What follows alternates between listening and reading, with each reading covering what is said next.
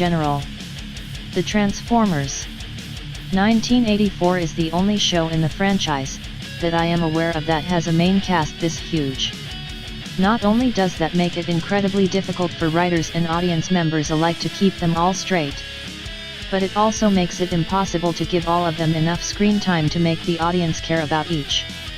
Of course, the writers weren't given enough time to do much of anything beyond, "Here's some toys. Now watch stuff explode." So not even the main characters have any personality, to speak of. Not that it matters too much, given that this franchise was never meant to be anything more than a toy commercial. Personality, character arcs, and general traits all take a back seat to gimmicks. Which would be great if half of the gimmicks actually made it into the show. Pour one out for the Action Masters. The Autobots can fly. Sometimes. And can't others. The last cartoon I watched had all of its lore and information in the form of mental notes instead of just writing it down, like a creator who doesn't deserve to flop. And this is why you shouldn't do that. Not to harp too much on Steven Universe, but this is also why the cast and crew should talk to each other. Episode 1, Part 1. Cybertronians turn into high space cars trademark before they go to Earth and scan regular tech cars trademark.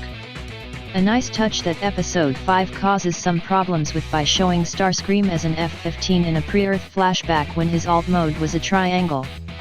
The trio of attacking jets changes from the three that went to Earth to some randos who we never see again, before switching back to the main trio. Skywarp is the only Seeker not to have a red stripe on his wings. Shockwave is just chillin' in gun mode until Megatron calls for him. I didn't know they name-dropped L.A. Khan in the show. Starscream's first line is spoken in an extremely different, very generic voice. I already knew about this, but experiencing it is always jarring. Starscream's second line is also not in his final voice. The scratchiness is there, but he just sounds like Frank Welker with a sore throat. The scene transitions are very loud. Glowing objects affect the lines, which looks more natural than if they didn't. This show uses Star Wars sound effects very often.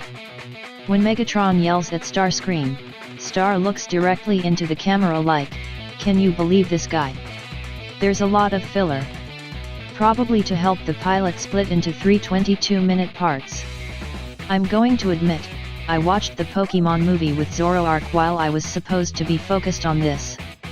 That film's sound effects were a bit loud and repetitive, its way of letting the viewers understand what's going on even though half the movie is focused on just Pokemon and no human characters was to make one of the Pokemon able to speak English with no explanation instead of just subtitling the animal noises like the show did, and the voice acting was as hokey as any other anime dub.